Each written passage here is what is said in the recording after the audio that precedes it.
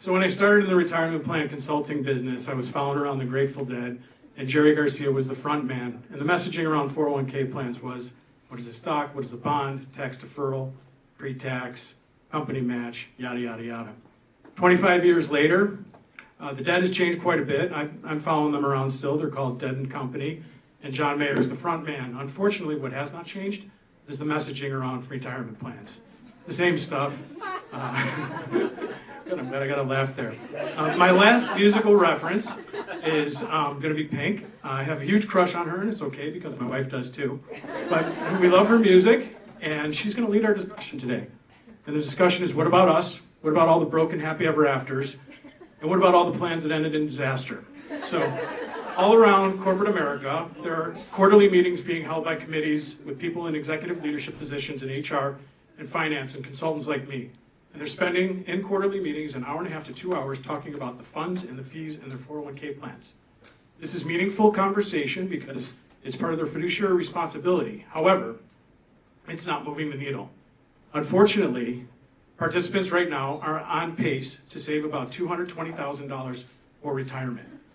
These conversations are helpful because they do add about $180,000 to that conversation. So having the fund and fee conversation is moving the needle a little bit. And I'm a little bit ahead of my slides here, so there we go. So about $400,000 will result from improving the investment lineup and reducing fees, but it's not even close. And part of the problem is, and I think this is an old story, we just aren't saving enough. And as you'll see here, what the average person is going to need in retirement is $1.5 million. So we hear things like, oh, automatic enrollment, forced savings, better funds, lower fees, not moving the needle. The big financial institutions use words like headwinds and friction. I think there are bigger issues that people don't want to talk about, or issues that they're not equipped to talk about. The largest 401k plan service provider in the country, when you click on retirement on their website, this is the picture that comes up. I promise you, straight white people are not struggling to save for retirement. It is literally everybody else.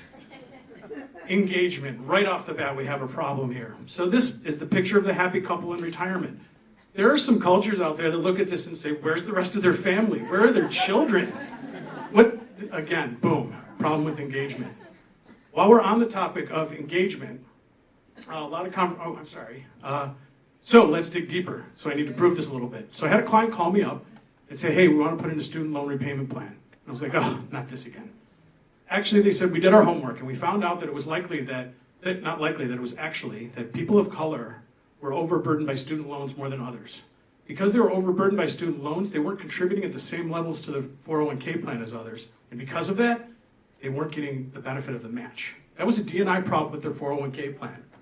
So what they decided to do was take some of that, take some of the unused match and allocate it toward offsetting student loan balances.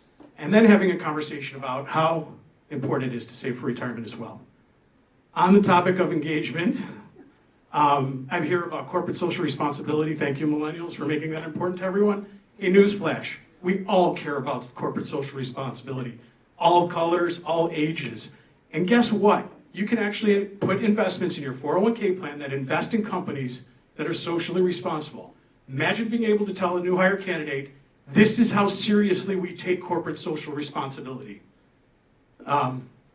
Waiting. Sorry. This is Lawrence. Lawrence is my trainer. He's been saving my life for the last 2 years. And he and I come from very different backgrounds. And Lawrence puts 10% into his 401k plan. And I really wanted to know why. And he said, Chuck, when you grew up like I did, the most important thing for me with the 401k plan is safety and having security and a safety net, because I did not have that. Let's hear Vanguard or Fidelity use that as a communication campaign the next time they're addressing participants and savings. So these are conversations. This is HR. This is your conversation. Take this conversation away from finance and away from the minutia of funds and fees. Speak up. Be brave. Challenge your committees. Challenge your consultants. But most of all, disrupt 401k. What about all of us? What about all of our happy ever afters? And let's make sure that none of our plans end in disaster.